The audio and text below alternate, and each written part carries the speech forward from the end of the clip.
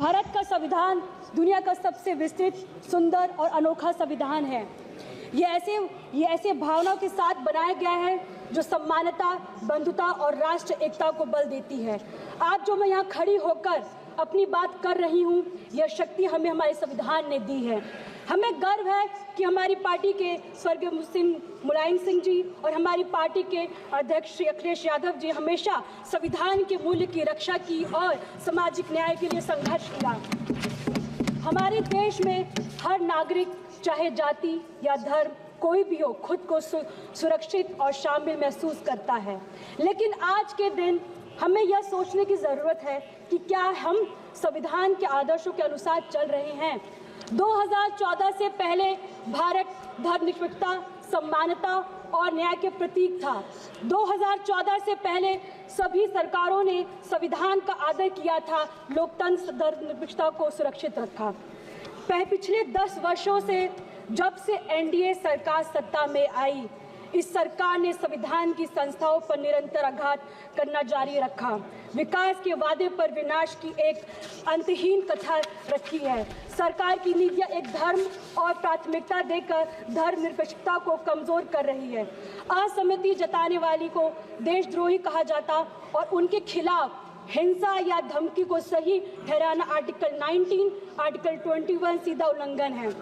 तुम्हारी फाइलों में गांव का मौसम गुलाबी है, तुम्हारी फाइलों में गांव का मौसम गुलाबी है, मगर ये आंकड़े झूठे हैं और ये दावा किताबी है। 2018 में लाए गए इलेक्टोरल बॉन्ड ने राजनीतिक फंडिंग में पारदर्शिता को खत्म किया, जिसे सुप्रीम कोर्ट ने असंवैधानिक बताया। कंट्रोवर्शियल कृषि कानून ने किसानों का विश्वास तोड़ा, उन्हें रद्द किया गया, लेकिन किसानों की समस्या आज भी अनसुलझी है। मंदिर मस्जिद के नाम पर संभल जैसे नए नए विवाद को जन्म देकर समाज में निरंतर घृणा और नफरत का माहौल पैदा किया जा रहा है।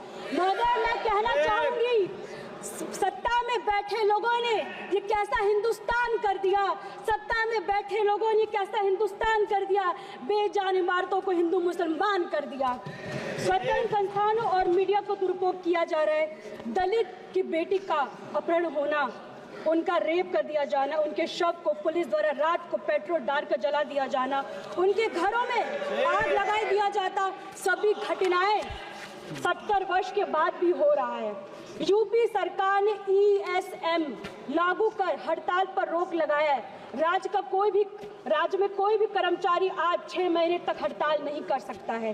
साल 2014 से पहले तक जितने भी चुनाव हुए उन पर कभी उंगली नहीं उठी है, परंतु पिछले कुछ वर्षों में जिस प्रकार EVM पर उंगली उठी है, मत के साथ हेरफेर की बात समझ में आज सामने आई है। इससे निश्चय मतदाताओं के मन में भ्रम पैदा हुआ है। मैं आप सभी से आग्रह करती हूँ कि पिछले 10 वर्ष में ध्यान दें। यह ऐसा दशक रहा जिसमें हमारे संविधान जो हमें एक राष्ट्र के रूप में जोड़ता है, को कमजोरी करने की कोशिश की जा रही है। हर दिन हमें ऐसे काम और नीतियों देखने को मिलता है जहां अधिकारों और स्वतंत्रता को छीनने का प्रयास कर रहे हैं। हमें याद रखना चाहिए कि हमारे प्रियम्बल यह हमारे सामूहिक सपनों और मूल्य का प्रतीक है। ये जस्टिस, लिबर्टी और इक्वालिटी की बात करते हैं। ये केवल शब्द नहीं है, बल्कि हमारे लोकतंत्र की नींव है। ये सिद्धांत हर नागरिक के सम्मान और गरिमा से जीने का अधिकार सुनिश्चित करने के लिए बने हैं। समाजवादी पार्टी पिछड़े, दलित, अल्पसंख्यक समुदाय के साथ मजबूती से खड़ी है। उनके अधिकारों को उत्थान करने का प्रतिबंध है और हम सुनिश्चित करते हैं कि उनकी आवाज़ हर राजनीतिक चर्चा में सुनी जाए। जाति जनगणना को हम सामाजिक और आर्थिक असमानताओं को दूर करने और समान अवसर प्रदान करने के लिए आवश्यकता मानते हैं। हमारा संविधान की मूल भावना है ये कि समाज के अंतिम पायदान पर खड़े व्यक्ति को मुख्य धारा से जोड़ना। हमारी पार्टी और हमारे नेता पीढ़ी के माध्यम से संविधान की उसकी मूल भावना को साकार कर रहे हैं।